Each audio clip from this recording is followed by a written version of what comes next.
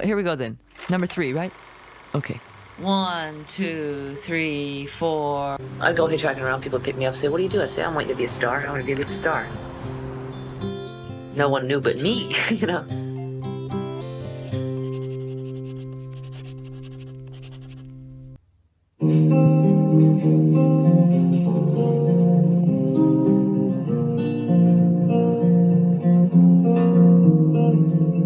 Emerald River dance with such velvety grace to the rhythm of the earth, and every beat reveals magic pathways of light where each seeker finds rebirth.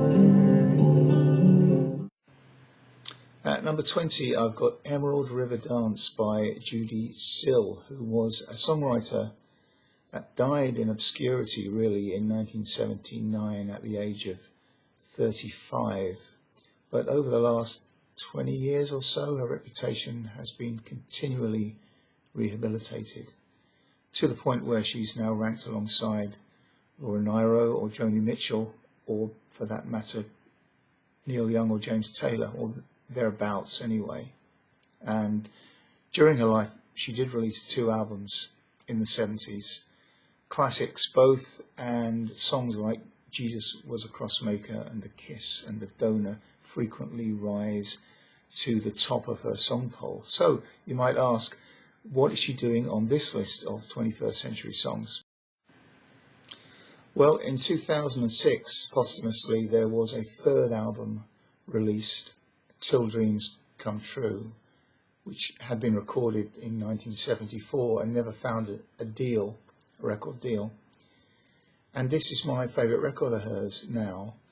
The 2 Geffen albums, majestic though they are, they've got this precious sound, and precious in this case can be a negative as well as a positive. They sound like they were preserved in aspic the moment they were recorded. This is a much freer sounding record. It's a live album, not a live album, I beg your pardon, but lots of the songs sound like they were recorded live in a more relaxed way.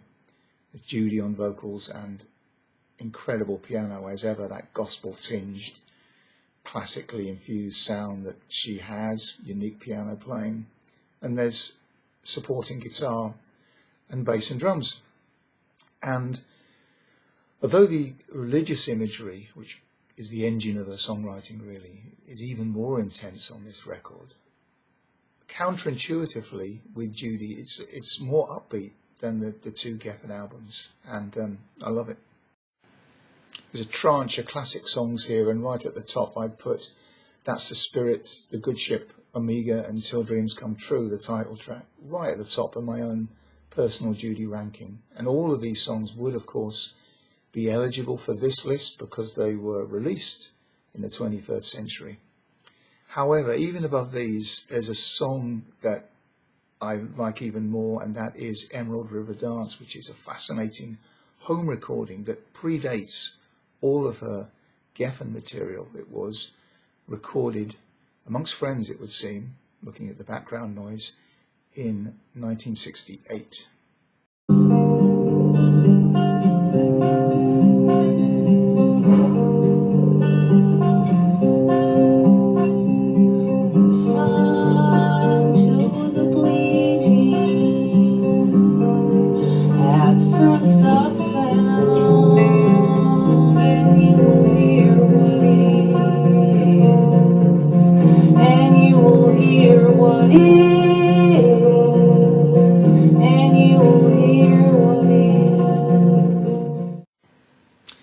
Judy's life story, well known to be traumatic from the get-go, of course. By this time she'd been orphaned.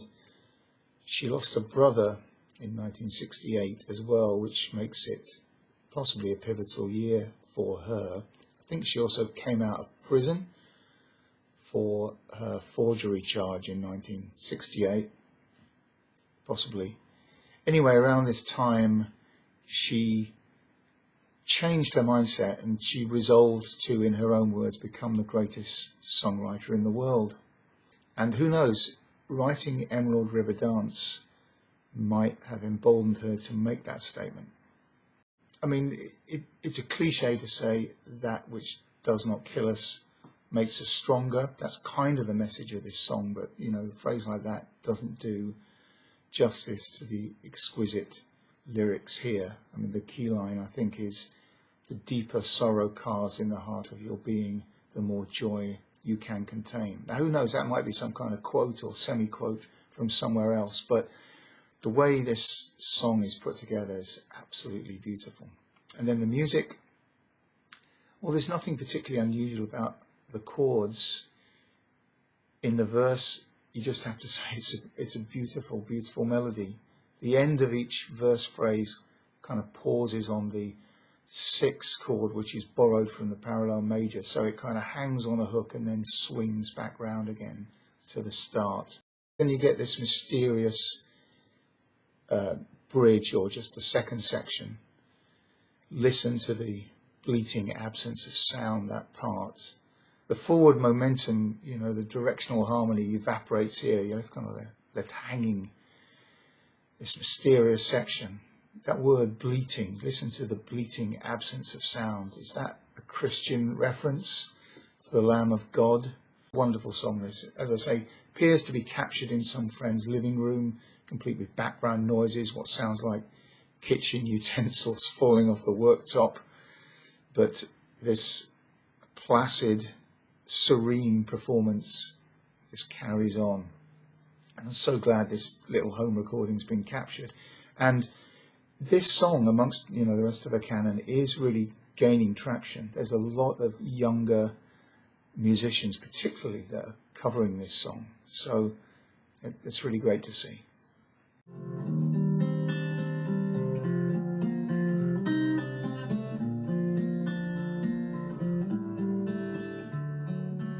Emerald River danced with such velvety grace to the rhythm of the earth, and every beat reveals magic pathways of light where each seeker finds rebirth.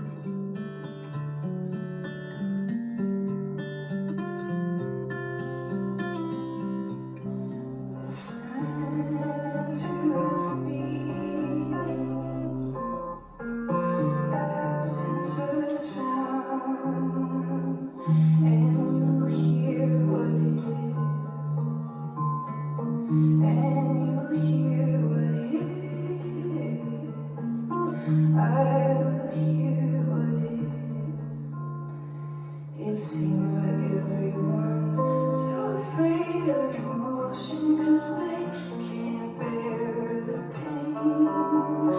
But the deeper sorrow carves in the heart of your being, the more joy you can contain.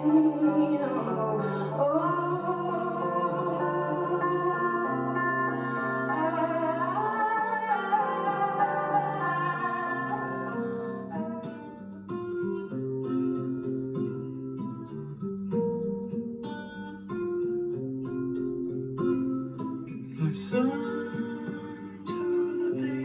beating absence of sound, and you hear what it is,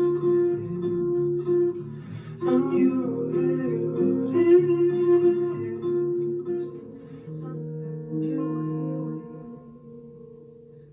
is. It seems like everyone's so afraid of emotion 'cause they can't bear the pain.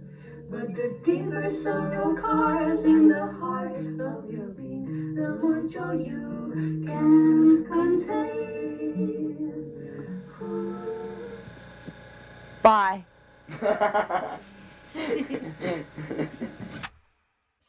This is a modern world.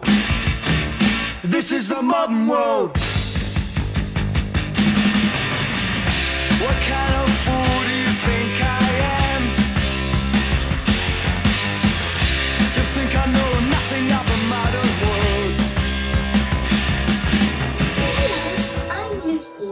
I live at 64 Zoo Lane, and I have some very special neighbours. Look! There's one with a hump and one who can jump.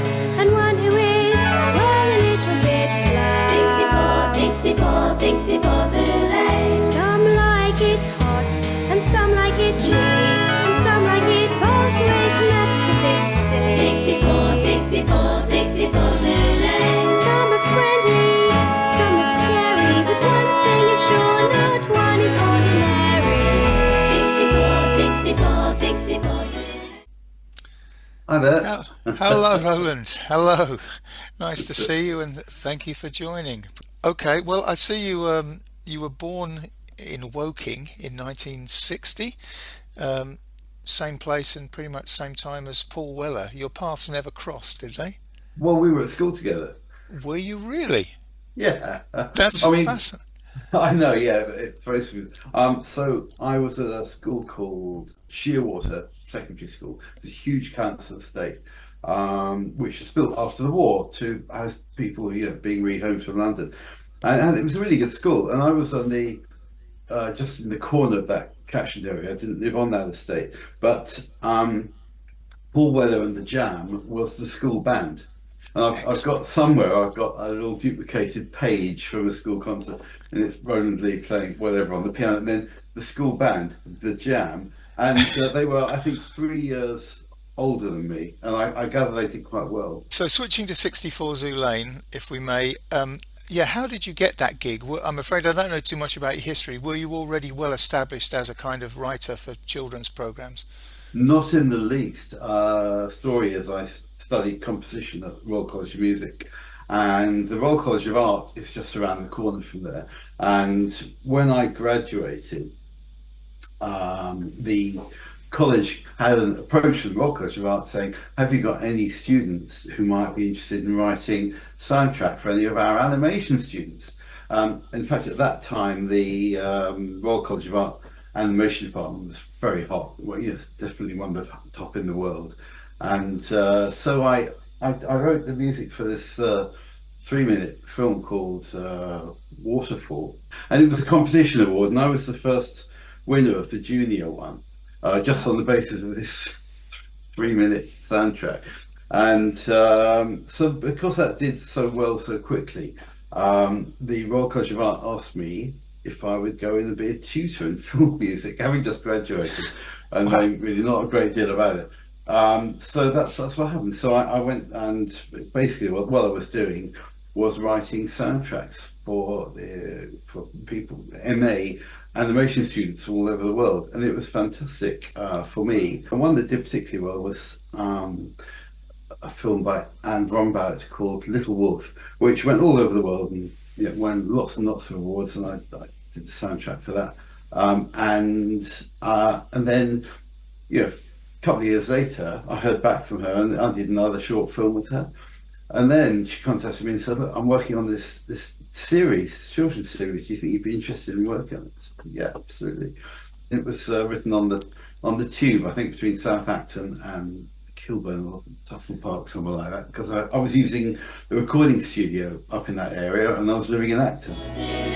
64, 64, 64 Zulu.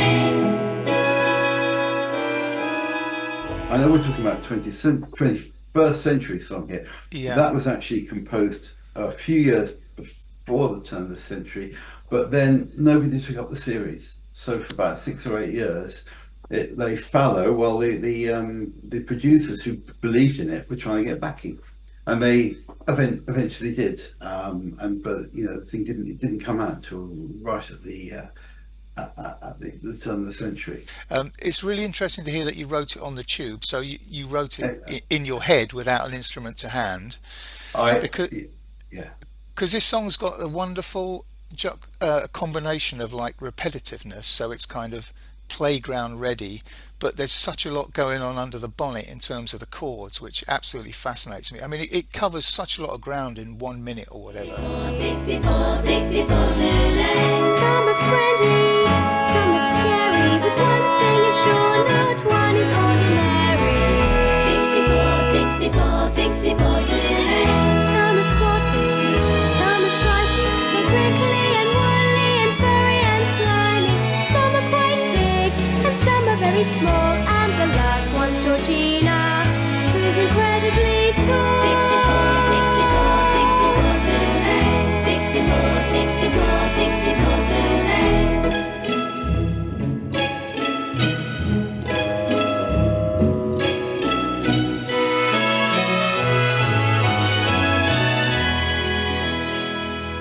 So did you hear the Well, chords in your head when you wrote the oh tune? yeah, I mean, I do all my writing in my head, and Really? when I was working on manuscripts, I used to write it down later. I found I could keep things in my head for ages, days, weeks, and then once I've written them down, they left. And of course now it's different because I just put everything straight into notation on a music software, which is a shame really, because I used to enjoy the craft of actually writing out the music back in the day. Sure. But if I may, this was I mean, I went on to do a few other series, children's series, particularly, but this was the first one. And so I did kind of some heavy thinking beforehand. Anne Brombaut, the producer of the series and the writer, she's lovely. She wrote the basic lyric, and Okay. I can't remember if it was she or I who thought it would be good to have the interspersed repeated 64, 64, 64 soon. But I was thinking, what do kids like? You know, kids like running about in a certain kind of rhythm and shouting things. Yeah. So I thought, let's put something in there they can shout in the playground, and bouncy rhythms. But if you just kind of observe the way that the children move around, they tend to be being quite bouncy, like a kind of 3/4 or 6/8 kind of tempo. Yeah. And so that's why I use that. And I think I was right in those actually. The only problem is that the series and the song are so successful that all my subsequent clients basically wanted to sing that song again, or a version of it, which is not really a sustainable career option, you know. Well, I was listening. I'd never heard it before, but this morning I listened to Pablo the Little Fox.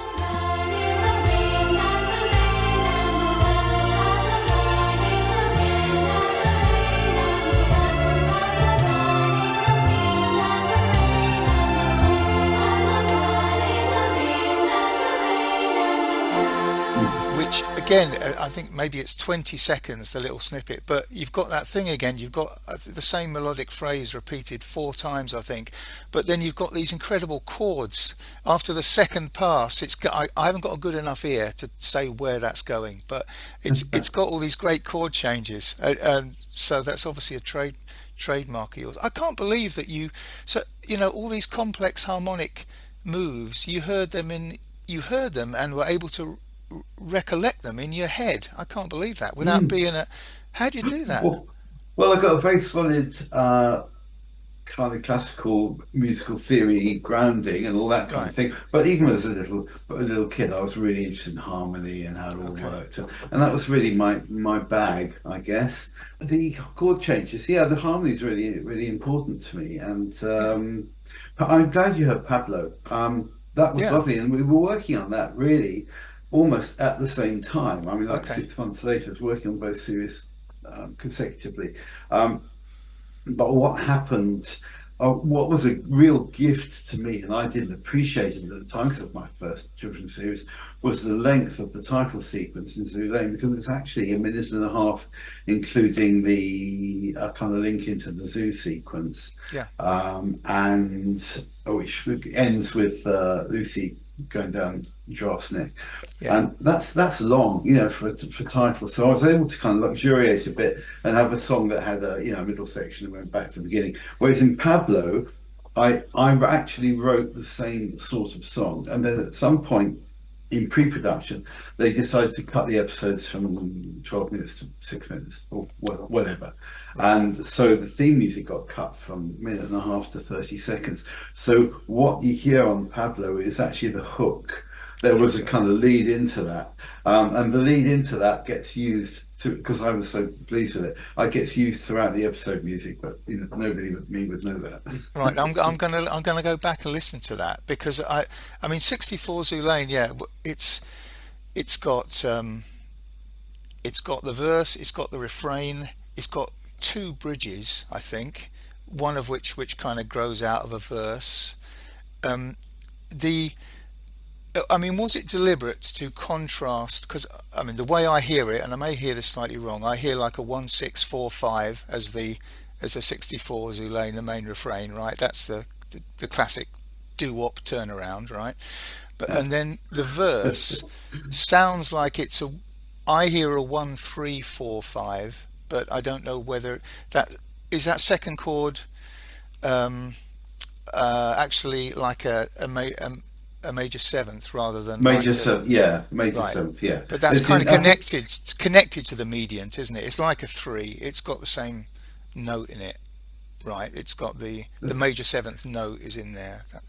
that's right. It's got a kind of moving part that goes down, starts on the E, and then goes down to D sharp, C sharp, and down to B. Right. And I should explain. You probably will understand the style better if I explain that I was brought up really with my father's record choices, and my father ran a dance band before the war. Right. So I was brought up with British dance band music of the 20s and 30s, and I think that's coloured what I write to a large Yeah. extent. Yeah. Right. So those, I mean, the kind of chords, the kind of harmonic sequence, and everything.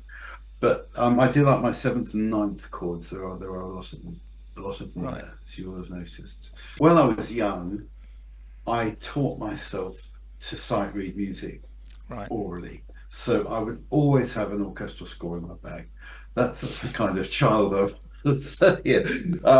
But so a miniature orchestral score, and I'd be reading it on the train and whatever, and people who noticed it wouldn't really understand what I was doing. But I trained myself to be able to read a score, and so something that's kind of musically not too demanding, like a slow movement of a Mozart symphony. Well, I can actually open the score and read that, hear all the parts of my head in real time. Wow. But with a really complex score, you can't do that sort of thing. But you can piece it together. But I mean, if you can read a play script, why shouldn't you be able to read a musical score like that? Ladies and gentlemen, it's Families at War. And on tonight's show, a brave archer sets his sights on success. EastEnders Matthew Rose adds another string to his bow. The Glenn Miller Orchestra get down and get funky. We meet a man who finds drumming very thirsty work. And most importantly, we find out who is the spider. It's all on Families at War. Were you involved in writing those silly songs, or were you just kind of doing the theme tune and stuff? Well, it's funny you mention that, because Right. that's kind of one of the things I did. I was working for another composer, Pete Bakey from Absolutely, Okay. who he had all these gigs, and I was really his arranger, orchestrator, but ended up writing bits and bobs. So in the case of the silly songs, Vic and Bob would rehearse, not with me. I don't think I ever met them, Right. but officially. So they would just jam something. Well, just come and see excellent names from London. Come on now and tell us where you come and find me. I like tennis. I used to sell wings, but I don't know more. Into a cassette machine. No reference, no kind of harmony, no pitch note or anything. Just jam something, and then I'd be given that cassette at 6 in the evening, and so and I'd be expected to take it, listen to it, decide what the kind of pitch bass was, just what the harmonies might be, harmonize it, arrange it for big band, and it was being recorded the next morning. So I just had to come back with a stack of band parts the next morning, and then it would be given to them, and I never got any feedback for any of them, so I assume they were all happy with it. The series I worked on most closely with them it was actually a Saturday night shiny floor series, game series they did, called Families at War, and I suppose that's somewhere in around 2000. I'm not quite sure. But that was great. It was they only did one series. It was absolutely manic, and it was them hosting this game show. So competing families, so they would have to do forfeits and things. So, for example, one family, the one person had to sing an Alanis Morissette song with a brass band accompaniment in the style of kind of brass. So I did that accompaniment, and then I had to coach the family member who was singing it, and this kind of thing. And I would be behind the camera conducting it, giving thumbs up and telling how well they were doing beforehand. And there would be at least a couple of silly songs on each of those, but Unfortunately, I mean, I love that series, and in fact, the theme music they used Birdland by Weather Report? yeah, Right. and so I had to arrange that for big band. Oh, that's a tough one as well, isn't it? It was great, absolutely great fun, and the musicians are basically people from Jules Holland's Boogie Woogie band, and Right. we had a lot of fun doing that. Michael, drum your way to victory. On you go.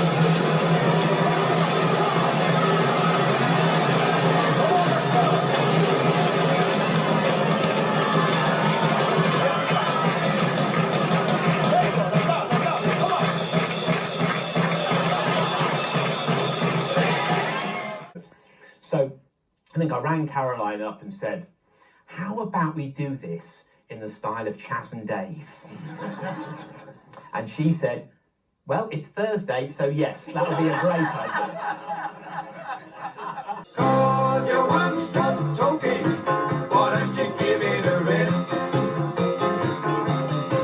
You got more rabbit than Sainsbury's. It's time you got it off your chest. Now you was just the kind of girl to break my heart in two. I knew right off when I first set my eyes on you. But how was I to know you've been my heroes too? With your incessant talking, you'll be becoming a pest. Rabbit, rabbit, rabbit, rabbit, rabbit, rabbit, rabbit, rabbit, rabbit, rabbit, rabbit, rabbit, rabbit, rabbit, rabbit, rabbit, rabbit. I'm William the Conqueror, my enemy stood no chance. They call me the first English king, although I come from France. 1066, the Doomsday Book I gave to history. So fat on death, my body burst, but enough about me. To help remember all your kings, I've come up with this song. A simple rhyming ditty for you all to sing along. Oh, William. Bit short, innit? We need more kings. Who came next? Oh, William. Bit short, innit?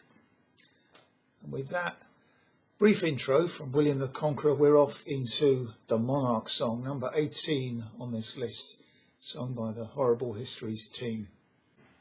The creatives found, actually, that the more they stayed true to real historical facts, the more ridiculous and gruesome and funny the series became, which says something about human civilization, I suppose, and also probably about kids who respond to truth in that way, I guess.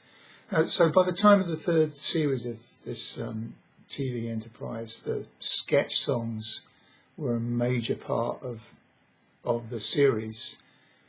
They were fronted by the really creative team of actors, of course, but behind the scenes they were relying on almost like a Motown factory churning out these parody songs.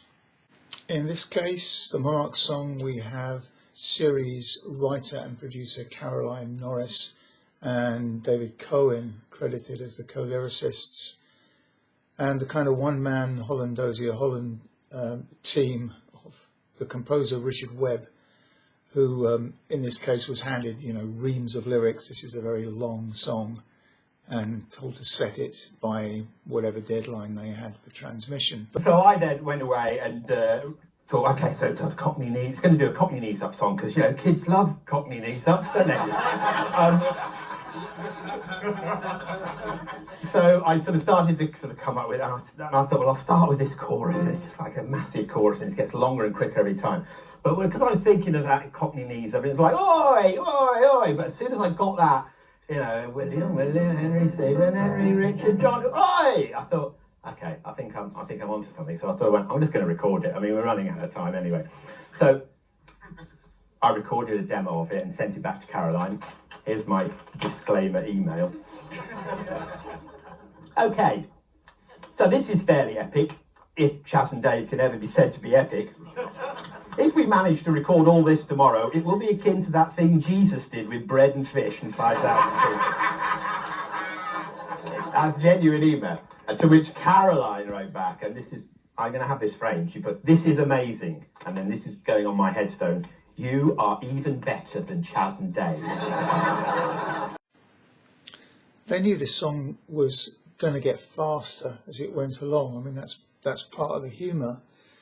But it would have been easy, I think, to have just extended the same musical section over and over and over again to get more names in. But Richard Webb does something far more interesting than that. He has different musical sections which he actually shuffles around, and I'm pretty sure that subconsciously that gives rise to the longevity of the song and makes it more interesting and appealing. William II cheeks were red, killed out hunting, so it said. I took over everyone. That's my next eldest son.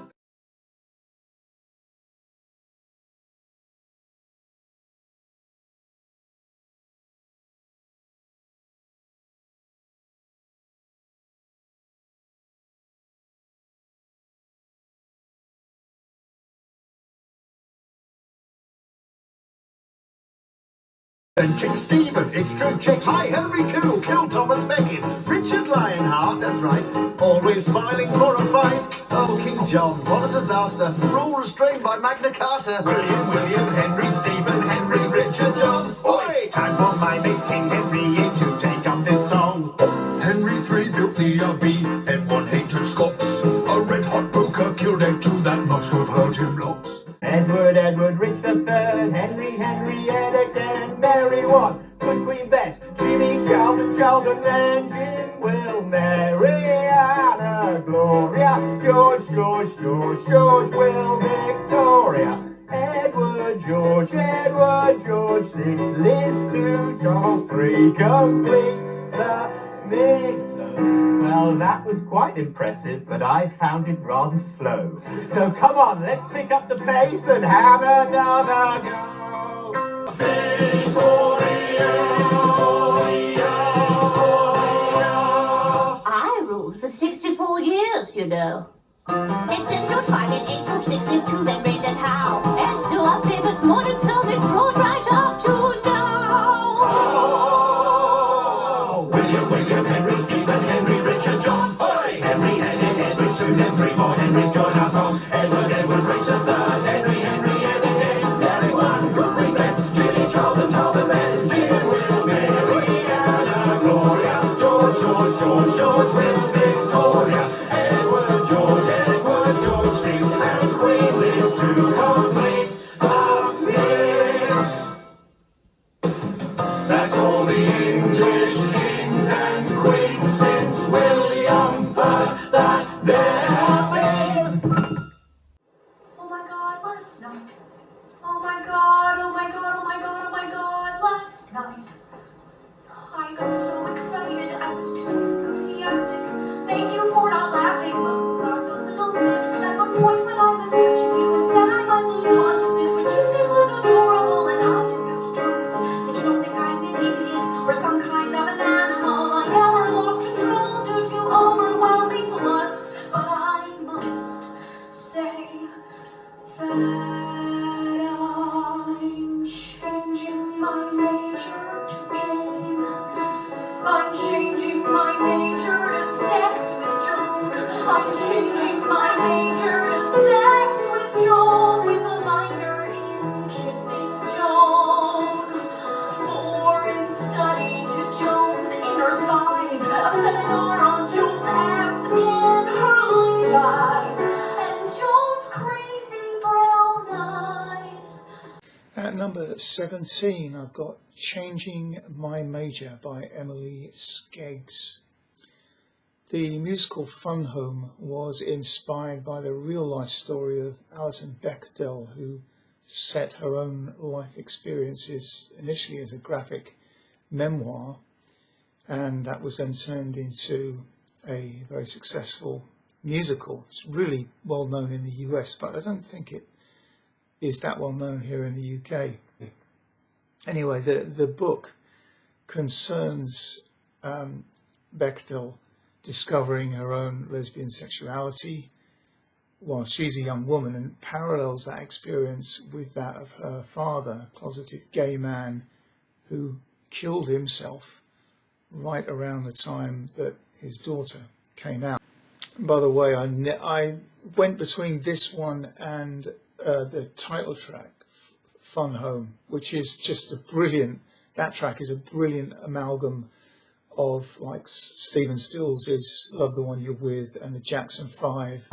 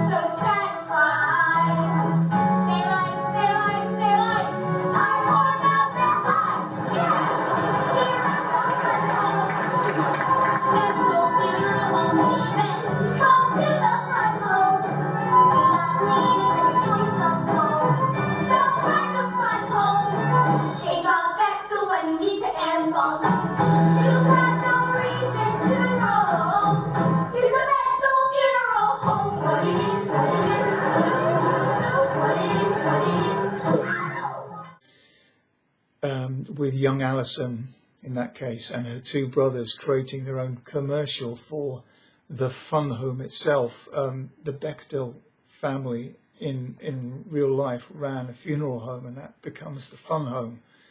And it's a real rave up, this other song, subverted by embalming and formaldehyde and aneurysm hooks. But in the end, I couldn't have both songs, so I've gone with Changing My Major. So much better, I'm radiating happiness. Will you stay here with me for the rest of the semester? We won't need any food, we'll live on sex alone. Sex with Joan!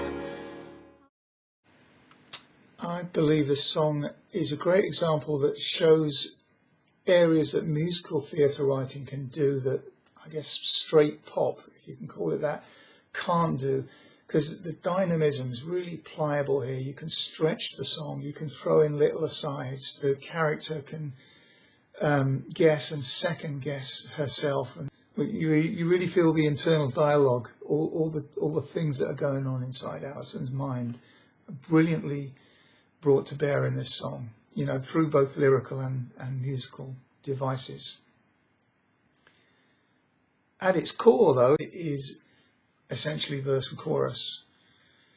The verse is in 4, but as I said just now, it's constantly speeding up and slowing down, and that you get the feeling is where Alison is trying to kind of marshal her thoughts, and she eventually organizes these into what is really a stately chorus in 3, but you know, with a steady tempo at last. I am writing a thesis on Joan.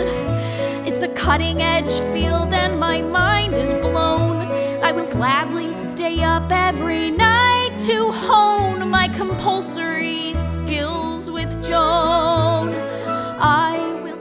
And there's a key change into the chorus as well to kind of mark off the new state of mind. But what I really like in this chorus is that the diatonic chords, they sort of flower phrase by phrase. So the first phrase, changing my major to Joan, that's like a 5-1 cadence, pretty simple.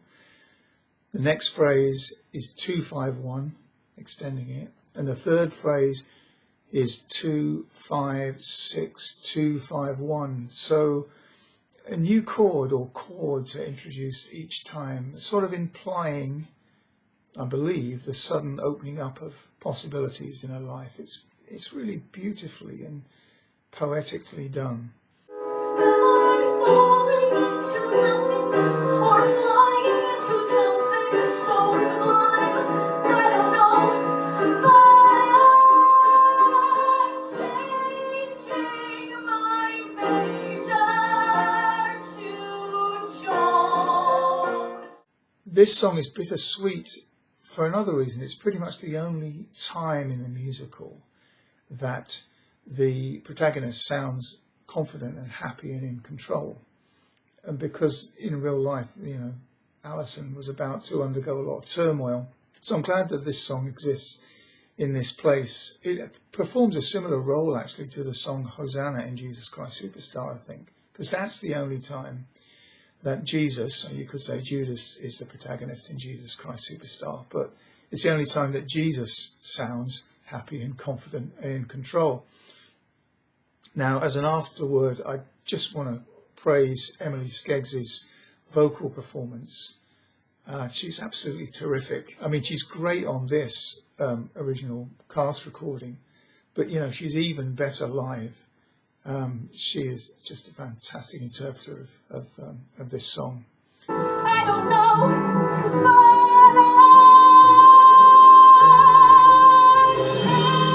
changing my major to Joan. I thought all my life I'd be all alone, but that was before I was lying prone in this dorm room bed with Joan. Look, she drooled on the pillow, so sweet, all sweaty and tangled up in my bed sheet, and my heart feels complete. Let's never leave this room. How about we stay here till finals? I'll go to school forever. I'll take out a dementedly huge high-interest loan, 'cause I'm changing my major to Joan.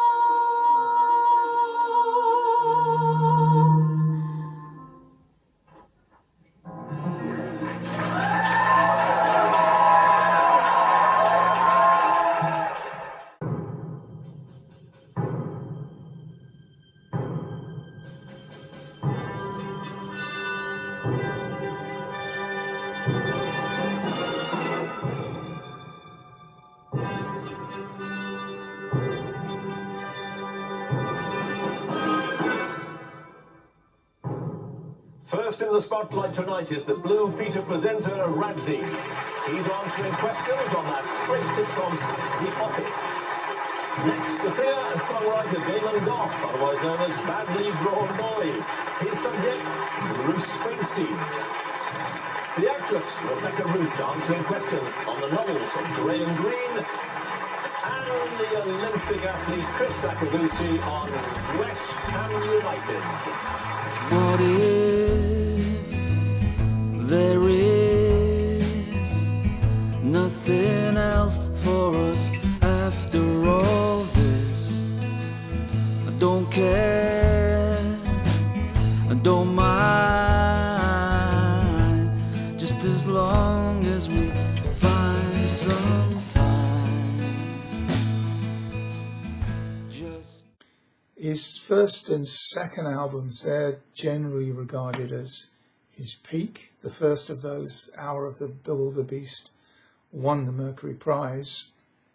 And the second, if you count soundtracks, and I guess we should, was the soundtrack to About a Boy, the hit movie starring Hugh Grant. But I personally think his third album, from which this song is taken, Have You Fed the Fish, in 2002, is his best. It's a Ram-like, really eclectic mix of styles. It's like a big, bright paint box of an album, and it's really strengthened by great, lovely, sympathetic musicianship, detailed but not clinical production from Tom Rothrock, and great strings and horns. Damon's got a real knack for writing long melodies. By that I mean they sit in the mind's ear as one long chain rather than being made up of shorter individual and or repeating phrases. Many of his best melodies don't repeat, and that's pretty rare now in mainstream pop. Probably the best example I can think of is the extremely long melodic line in Once Around the Block, one of those singles from 1999, 16 bars worth of a really long tune sung over a repeating 3-chord sequence, yeah, but the melody itself doesn't repeat. And as far as I know, Damon himself regards that as maybe his best moment as a composer.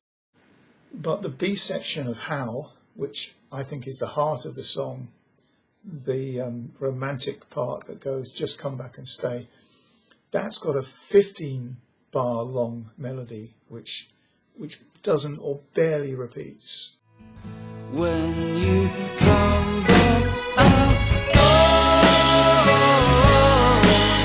out of my way to be all the things you need, another mouth to feed.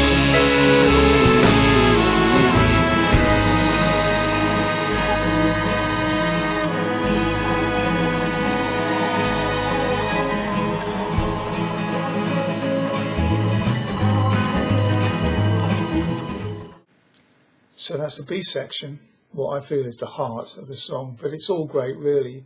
Section A is a kind of folksy acoustic part. Section C is something again, different again. The energy levels really go up, kind of switch to an urgent 2/4 tempo and or meter, and we get this frequent substituting in of the G sharp major chord for G sharp minor. So we're switching to the parallel major, stepping out of the diatonic realm for the only time in the song. And the whole song sounds more rangy and long form, I think, than it actually is, because it's really expressively recorded. Lots of free tempo sections, others slowing down or speeding up. I'm kind of interested how this song was recorded. It can't be done to a click, right? And I wonder, because it sounds so organic, and I wonder whether Damon's guitar and the excellent drums of Danny Heifetz, if I'm pronouncing that correctly, were recorded as the basic track. You know, so naturally does the whole of the recording sound as it's built above it. I mean, Tom Rothrock anyway excels at a kind of great combination of looseness and sophistication as a producer. That's kind of what he does. And that description, I guess, takes us right back to the Ram comparison that we mentioned at the outset.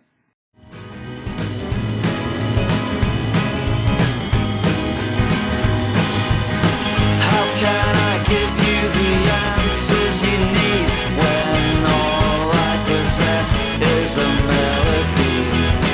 Yeah.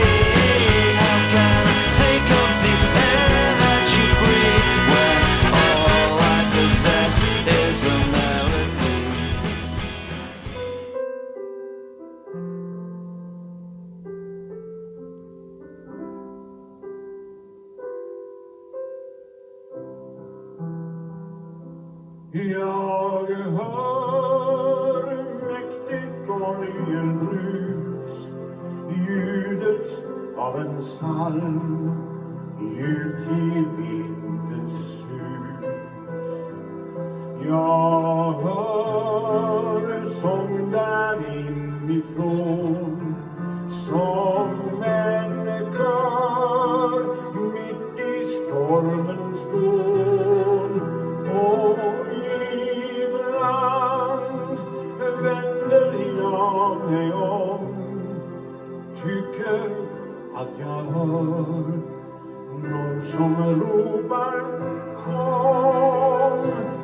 Jag vill inte lyssna på röster ur mörkret som viskar, här finns en plats för dig. Jag vill stänga ute det sorgsna, det svarta som lockar mig. At number 15, I've got Jag hör ... by Benny Andersson's orchestra. That's a Swedish for I hear ... This song features the vocal talents of Tommy Körberg. Benny was now the engine behind his third top Swedish act. ABBA was a second, of course, and the Hep Stars were the first. And now the orchestra, who are one of the best-selling and best-established acts in Sweden in their own right. over the last 30 years, I suppose. In many ways, he'd long since gone back to his roots. His heart is really in folk music.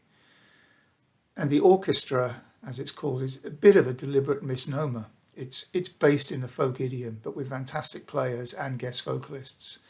And between them, this cohort of people can really play music in any style, and often do.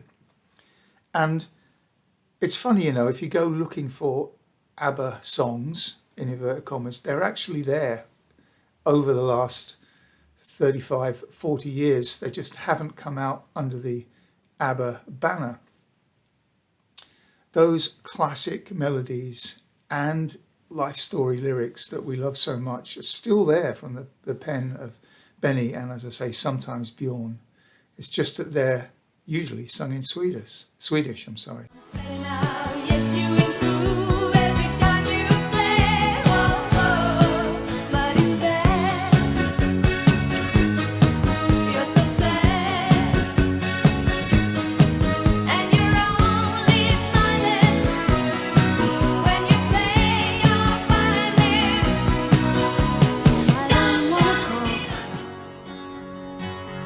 About things we've gone through, though it's hurting me. Now it's history. I played all. So, lyrics. So it's pretty widely known how far and quickly Bjorn progressed from, say, Dum Dum Diddle to The Day Before You Came. That was 5 years. So we really shouldn't be surprised that he continued to mature as a lyricist par excellence, both in English and in Swedish. I mean, working in English with ABBA initially obviously forced him to write in a particular way, but he somehow turned whatever limits he found working within his second language into a really spectacular advantage. But now he returned to Swedish, first really for his large-scale collaboration with Benny, the musical Christina, that was written in Swedish. And since then he'd been swapping languages ever since that project. Now, if you don't speak Swedish, and I don't, you've kind of got two options with these songs. You either hope that a translation turns up, and that when it turns up, it's been done as well as it possibly can, or you read the direct translation as, you know, as subtitles while you're listening to the track, and you then retrofit it to what you're hearing.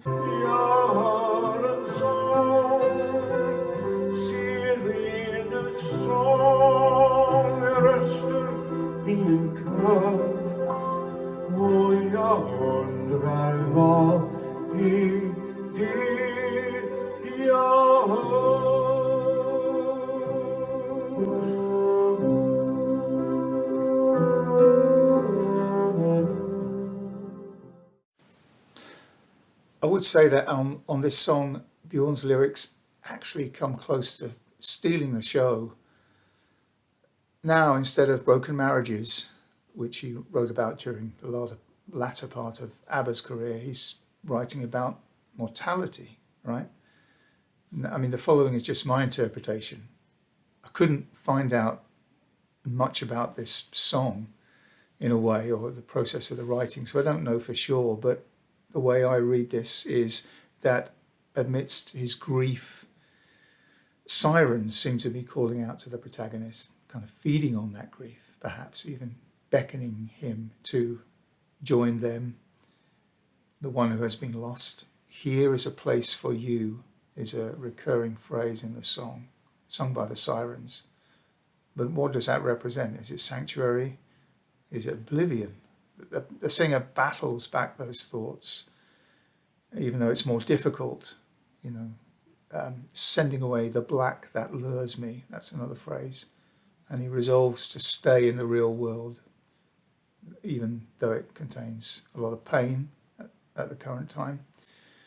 Realizing, I guess, that it's the departed one that's made the journey, and he belongs here, and the departed one belongs there.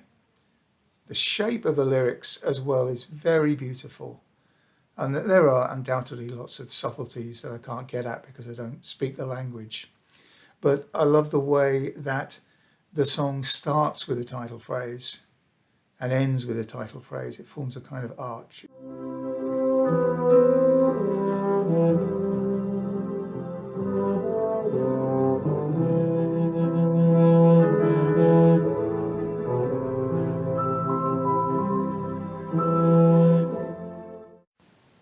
And then the music.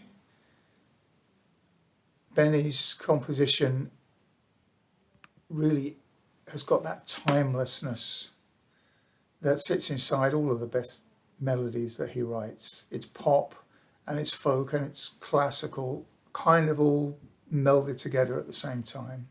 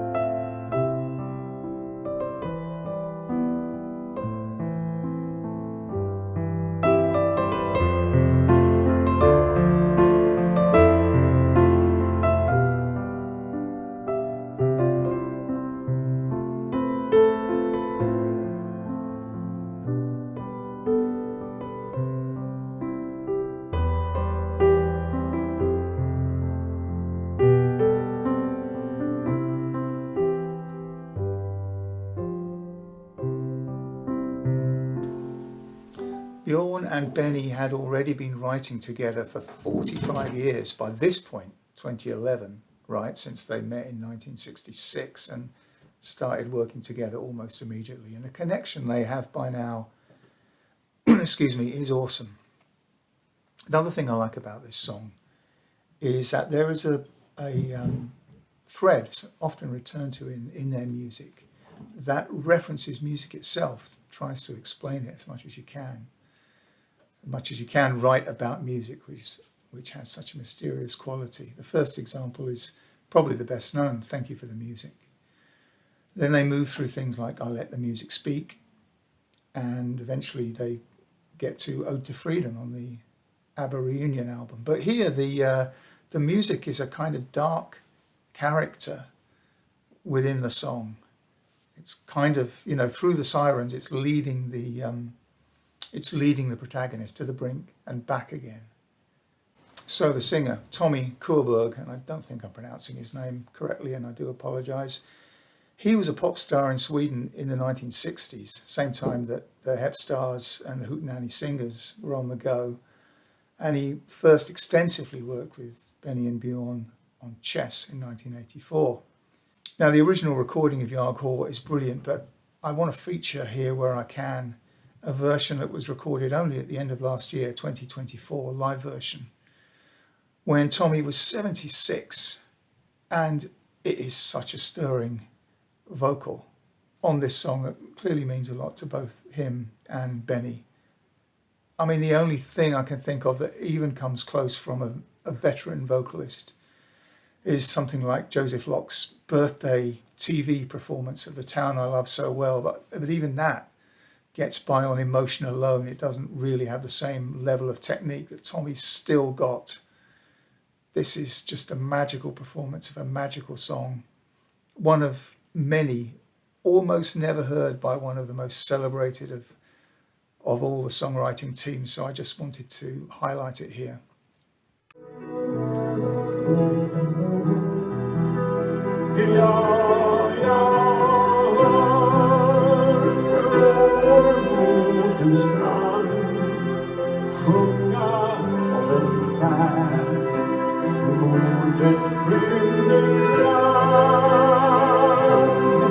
Jag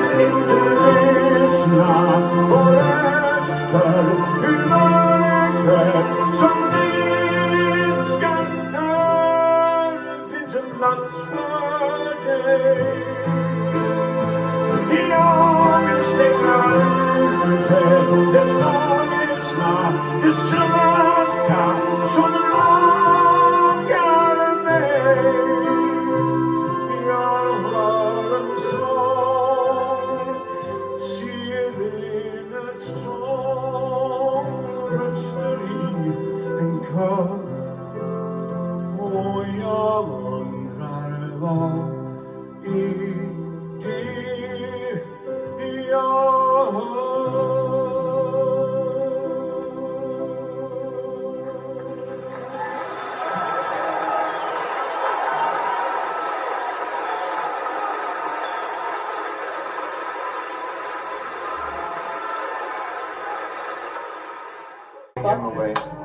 Clean it off.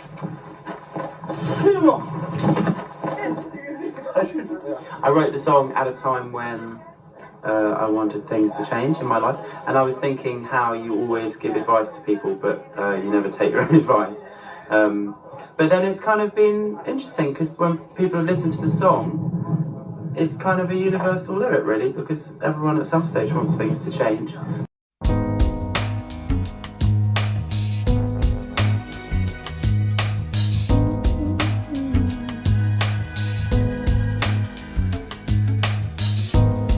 Gotta shake myself up here. I should run away, run away, run away. People say don't even go near. I can see the danger, I'm aware I see the danger. If I go back once again, it's like I learned nothing. I'm standing at the front of the queue, heading for trouble. Hope it changes, hope my life changes, gets so right somehow. Oh, I'm waiting for tomorrow. I hope it changes, can't just stay the same. Been out of luck for so long, and I don't get much, so there's nothing much to lose. Changes by Will Young. Same, haven't played it in years, and Really? I really enjoyed hearing it. I mean, that is such a. I know you've had even bigger songs with him, but that is such a slow burn. Yeah, it was good. I agree. It's kind of like those late era Chic when they've smashed it with disco. They're going, for God's sake, where are we going to go? We either go up or we go down. You go, let's go down. You know, Yeah. their tempos are beginning to drop down with Sheila B. Devotion and the Carly Simons song Why. So I think it's, I think fundamentally that's what the production is sitting on the back of, is that late era Chic stuff about 81, 82, where the Chic organization, Bernard Edwards and Nile Rodgers, are slowing down. They can't maintain 115, 118, 120 beats a minute anymore. Right. They're just done with it. And they're into the late 90s and they're going, yeah, we got a new groove here. This is nice. Before Nile Rodgers then branches out on his own and has all of those huge hits with Madonna and everything. So it's kind of late 70s, early 80s. Right. Their run is finished. Are you familiar with At Last I'm Free? No. That's going on my list. Oh, that Who's it is. by? Well, it's by Bernard and Niall. I think it's Chic. It's a gorgeous down tempo ballad, basically. I think it's from '79. Great, possibly going in my list. Yeah, check Chic that one out. on Chic Organisation. Bam, it's getting added to my playlist. Okay, glad.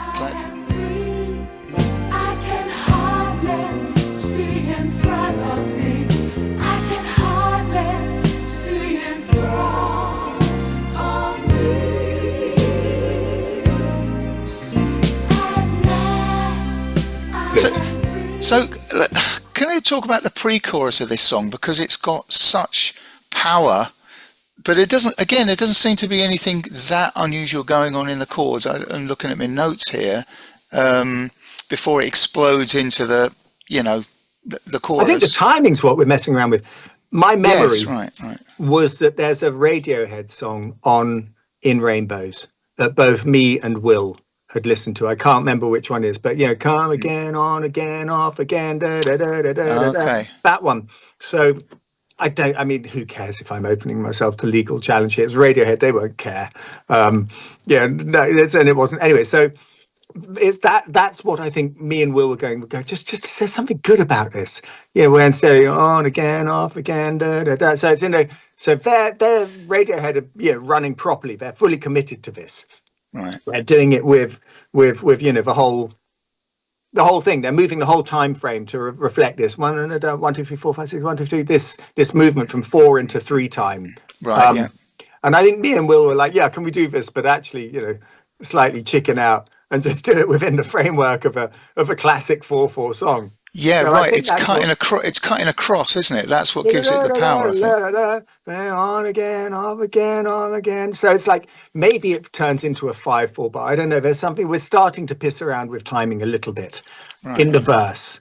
Yes. So I think that's probably what's going on.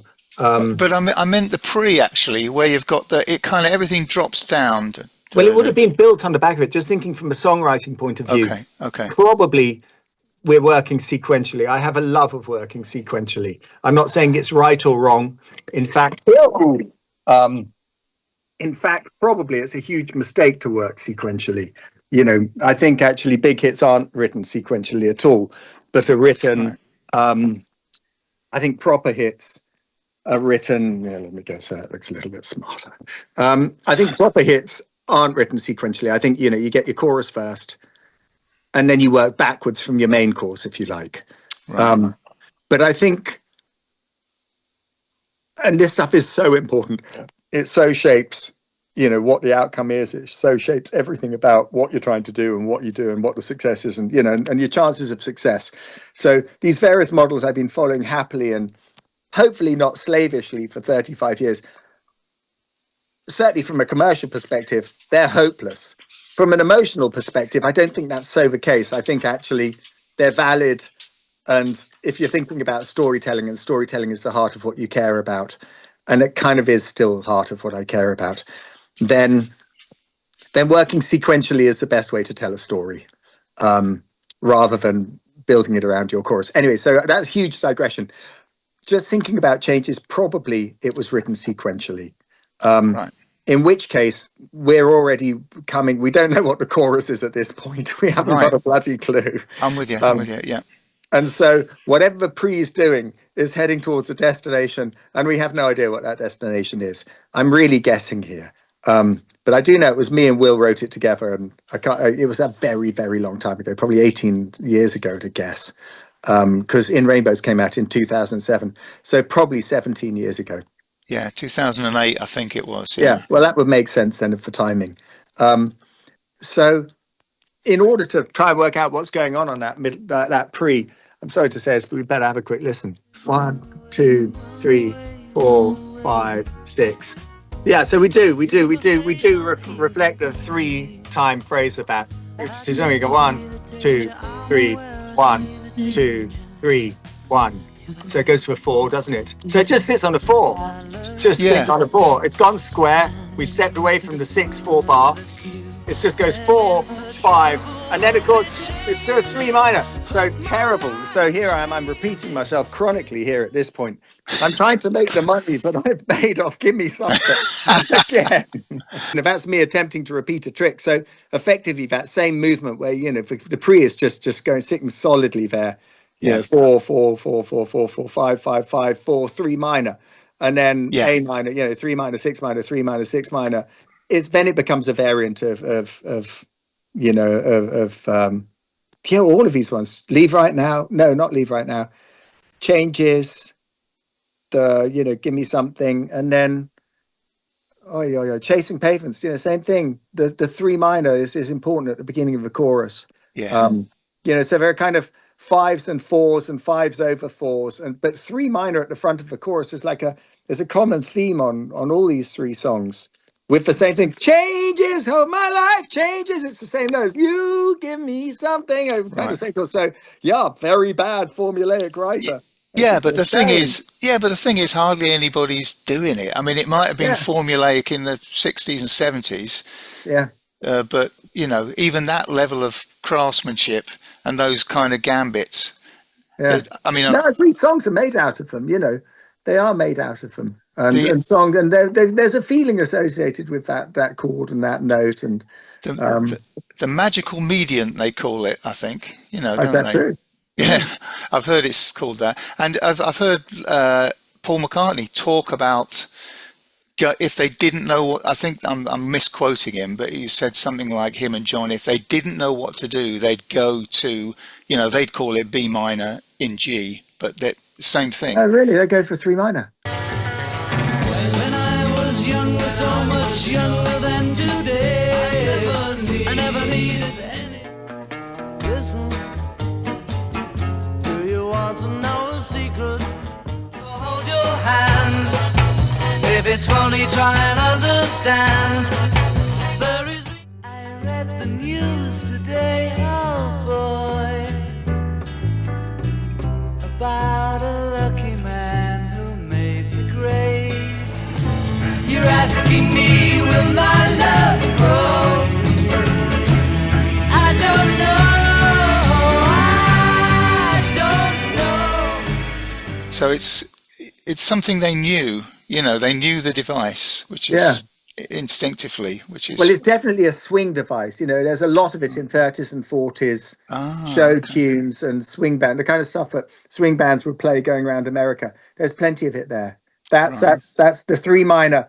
The person who's most brilliantly updated that set of chords was Frank Ocean on the Channel Orange album. Okay. He's using swing chord progressions. You know, swing is a funny word, but you know, 30s, 40s, 50s, big traveling band, jazz. You know, they play a lot of standards, but reinterpreted as jazz songs. And he's brilliantly updated those chord sequences on some songs like Super Rich Kids and something like I can't remember, Sweet Life. I'll have a listen. But actually, I'll listen to those. Oh my God, they're good. The whole record's absolutely incredible. Channel Orange is just the most unbelievably wonderful record. Daddy's Jaguar. Too many white lies and white lines. Super rich kids with nothing but loose ends. Super rich kids with nothing but fake friends. Real love, ain't that something rare? I'm searching for real love. But his updating those things, that's better than what I'm doing. I'm just kind of using classic instrumentation alongside, you know, I mean, I've allied it to a chic thing, I suppose, here, or trying to. I haven't gone full power chic, but that's kind of what's going on. I know I should want to take it all, but I find it hard. Why do I find it hard? I used to have a vision. I was sitting somewhere up there looking down on myself, doing right. For once in my life it changes. Hope my life changes. Get so right somehow. Oh, I'm waiting for tomorrow. I hope it changes. Can't just stay the same. Being out of luck for so long. Play fast, we might be able to play more songs. This is called Jackie. 1,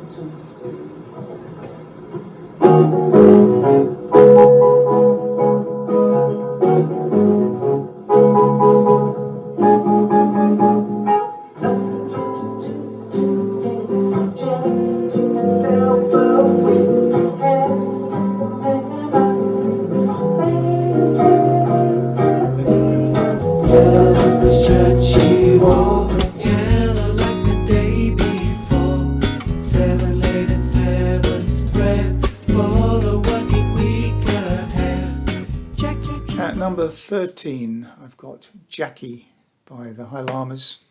The Llamas were never mainstream and probably never wanted to be mainstream, but their brilliance was recognised within the industry. V2 and Big Money all came their way and was available for the next trio of albums. That's Hawaii, Cold and Bouncy and Snowbug.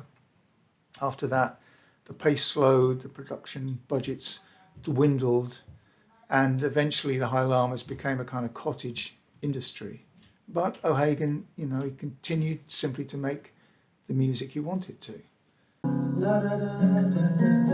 F sharp 7, and then you go back to this crazy chord here. Down the concrete steps and into the nightclub. These are folk who hear about the song. Feel the music set a gentle flow. Puzzled by the sound. Dorothy's around from another day. Music lost and found from another day. Brought up from another day. From another day. From another day. On the hammer.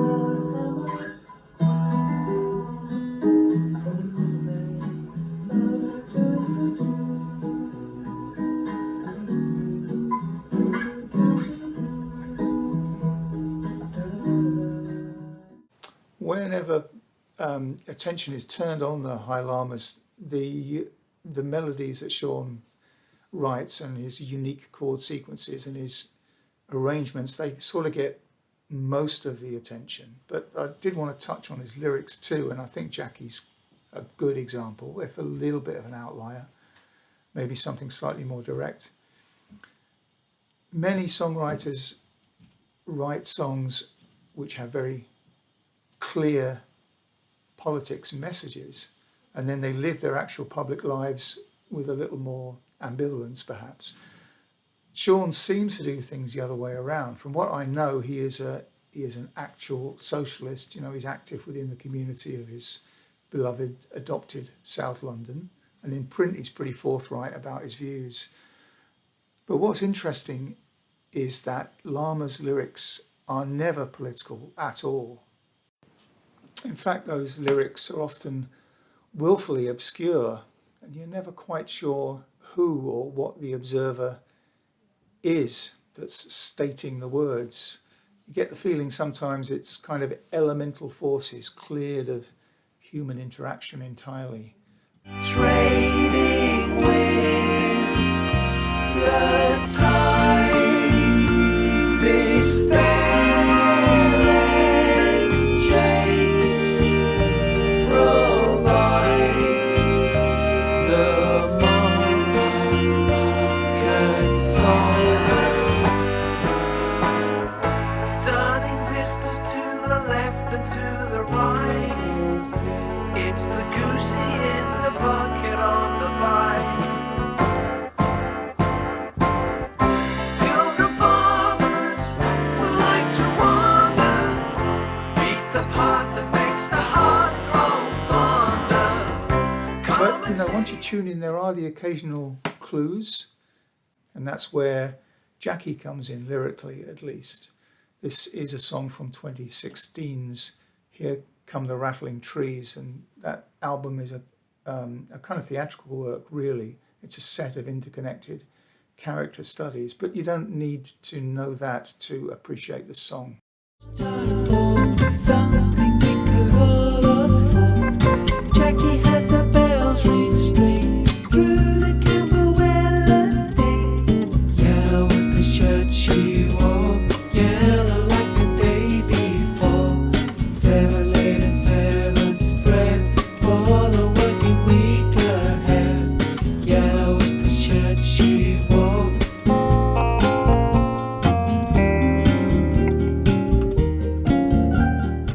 So Jackie is in fact a hard-working cafe employee, not the owner, note. And I think this song is Sean O'Hagan's little hymn to the working classes that keep the country bound together and ticking over. You know, in Living for the City, Stevie Wonder told us of the pride of that woman sending her kid to school, that her clothes were old but never are they dirty. And here there's a real similar pride communicated by the parade of Jackie's yellow uniforms, 7 laid and 7 spread for the working week ahead. I like the celebration of the everyday, turning it into a kind of transcendent experience with the lines, Jackie drew the lunchtime board, something we could well afford. And then followed by that hint of otherness in that Jackie heard the bells ring straight through the Camberwell estates. So Jackie, pretty obscure song, but it's quite beloved within the Llamas fan base. It's a perennial in live concerts. And in fact, the chorus, yellow was the dress she wore, yellow like the day before. It's used as an audience sing-along of all things. So I think Sean must realise that that refrain and this song in general is something special.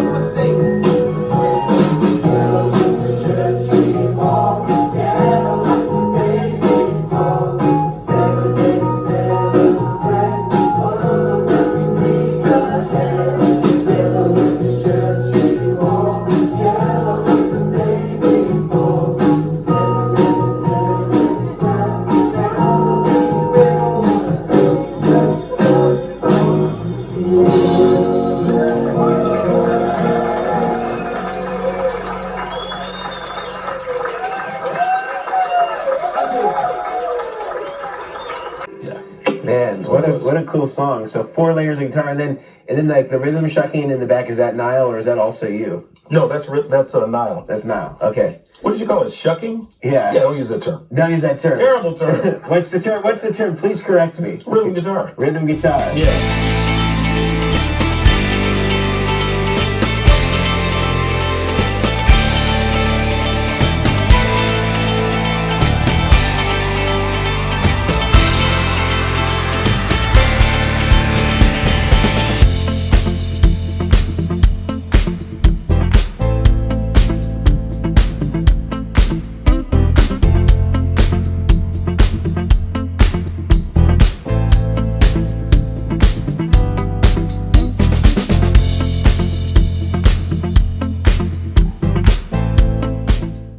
At number 12, I've got Give Life Back to Music by Daft Punk, who like to work slow.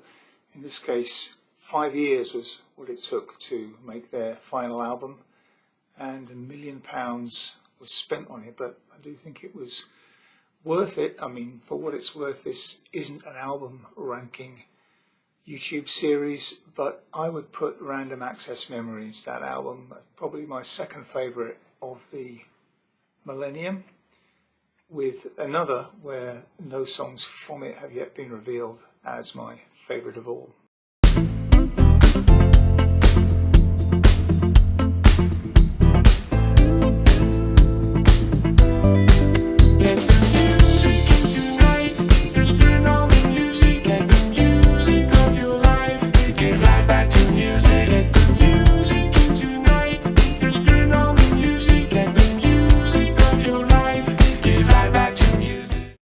Daft Punk were, of course, Thomas Bangalter and Guy Manuel de Hohem Christo, who, according to legend, were turned into robots when there was an accident in the studio on the 9th of September 1999.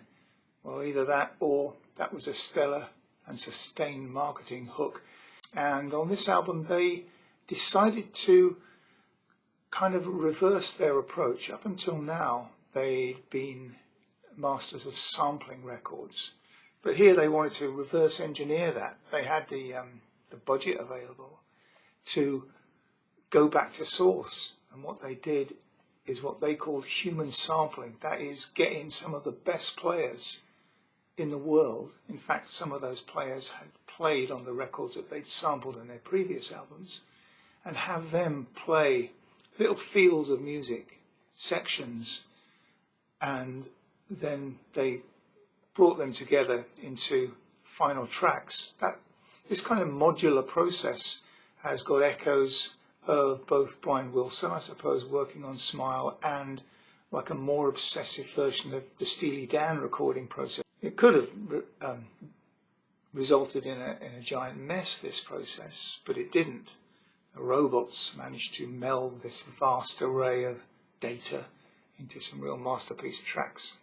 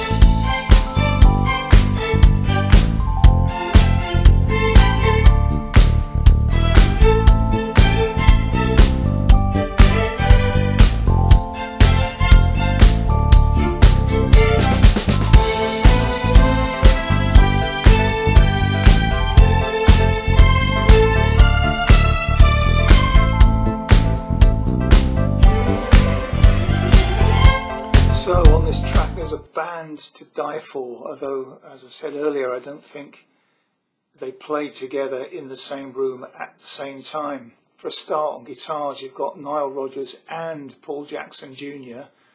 and their sound, that incredible interweaving of these guitars, that's really the signature sound of this track.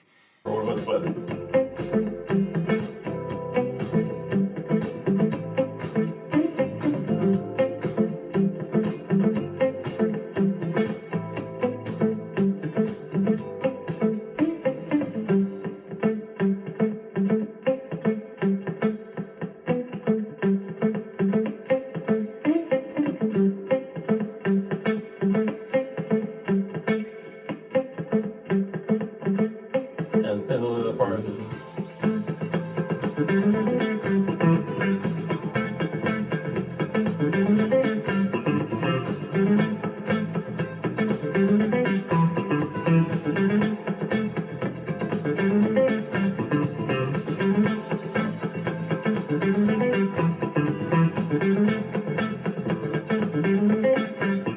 Something like that. Yeah. Then you've got Nathan East on bass, you've got Chili Gonzalez on keyboards, you've got John J.R. Robinson on drums, and riding above the creme de la creme of musicians, you've got the vocalese of the robots themselves. Nothing particularly earth-shattering in the chord sequences, although there's a lot of major sevenths and they sound very sweet. There's a section, for example, which rocks between F major 7 and A minor, and there's a airy bridge which turns up late, about 3 minutes into the song.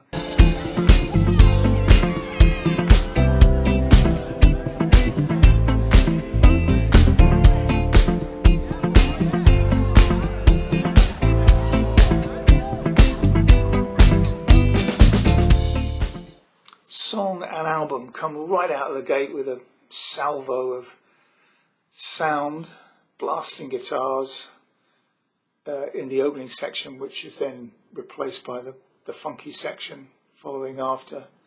Now, due to a combination of that cold open and a pushed bass drum, the ear, or at least my ear, can't readily pick out where the one is, and that slightly disorienting feel probably works to the song's advantage.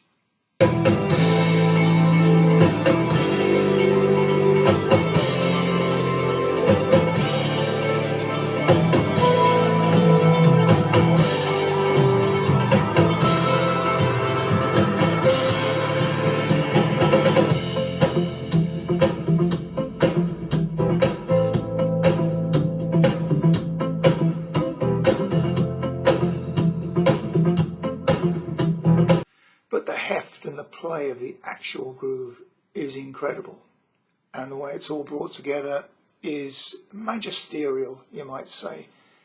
I do like the way that they kind of resist the temptation, if there ever was one, to write a fully realised top line and kind of turn it into a full-blown song. It's left, as I said, as this kind of interim between a groove and a song. There's nothing rich folks love more than going downtown and slumming it with the poor. They pull up in their carriages and gawk at the students in the common just to watch them talk. Take Philip Schuyler, the man is loaded. Uh-oh. But little does he know it that his daughters, Eager, Angelica, Big Liza, sneak into the city just to watch all the upsets. Angelica, Big Liza, the Schuyler sisters. Angelica, Big Liza.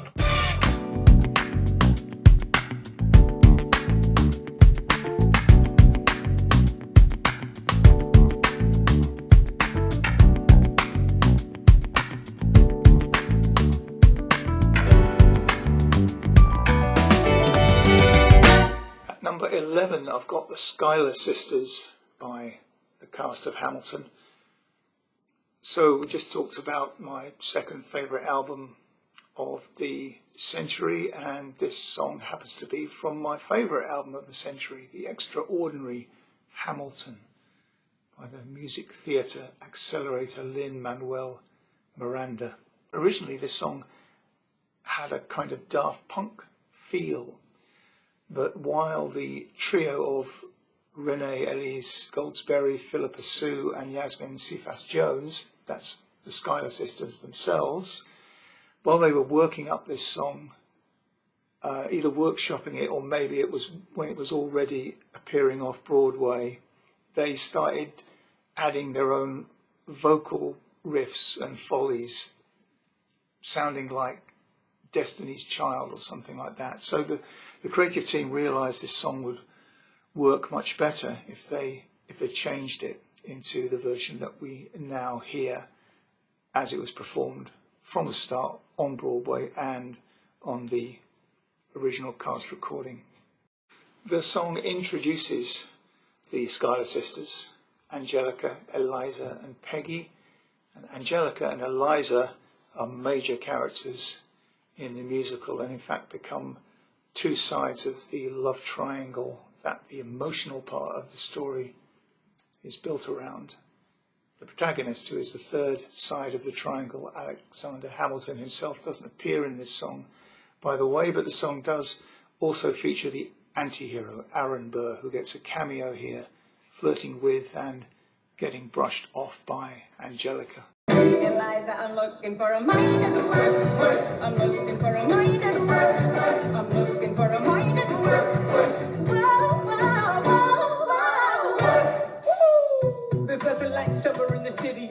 Someone in a rush, listen, someone looking pretty. Excuse me, miss, I know it's not funny, but your perfume smells like your daddy's got money. While you're slumming in the city in your fancy heels, you searching for an urchin who can give you ideals. Sir, you disgust me. Oh, so you disgust me. I'm a trust fund, baby, you can trust me. The setting is Manhattan, cleverly imagined here, or reimagined as very much the New York that appears in Alicia Keys's Empire State of Mind, though in reality, Manhattan and New York in the late 18th century was very different to its current incarnation, more like an Empire State of mud, you might say. But what Miranda has in mind is the potential energy of the city about to be released by the catalytic power of revolutionary thought and action.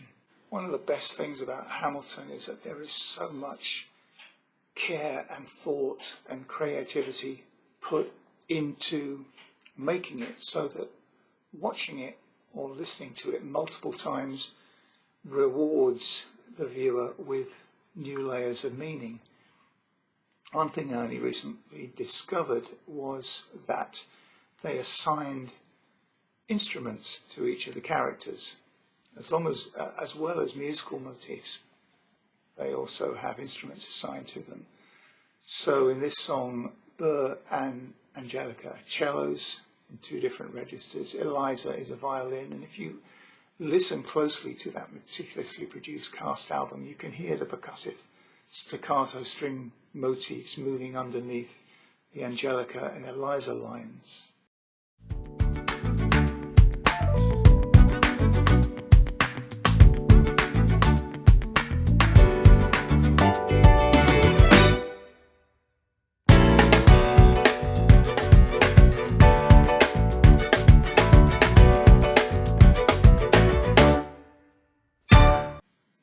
As for Hamilton himself, he is drums,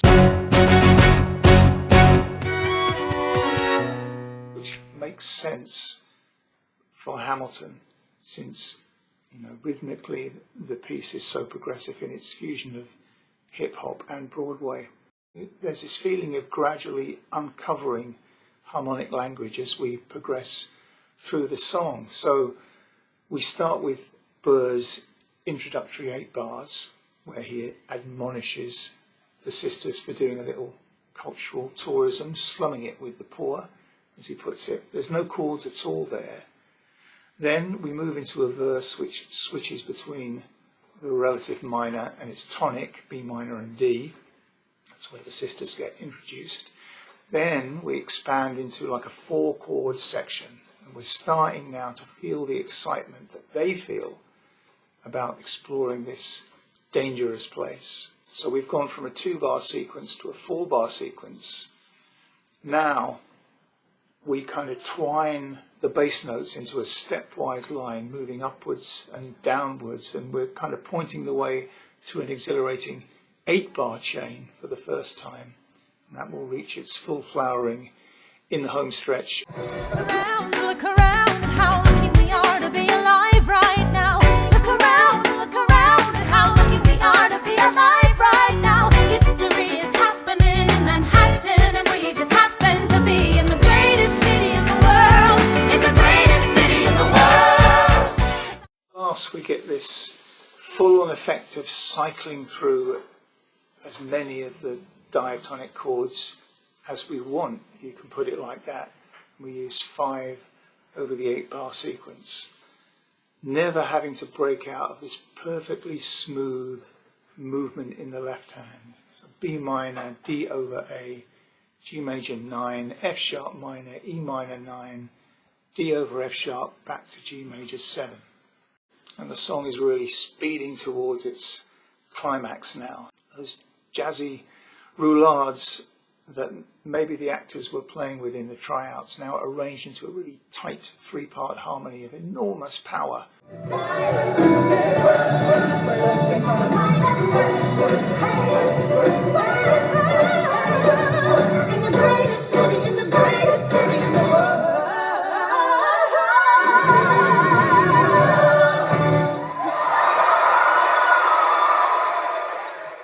Right before we finish on the life-affirming exclamation point, the 4th beat of the last bar in the greatest city of the world, blam.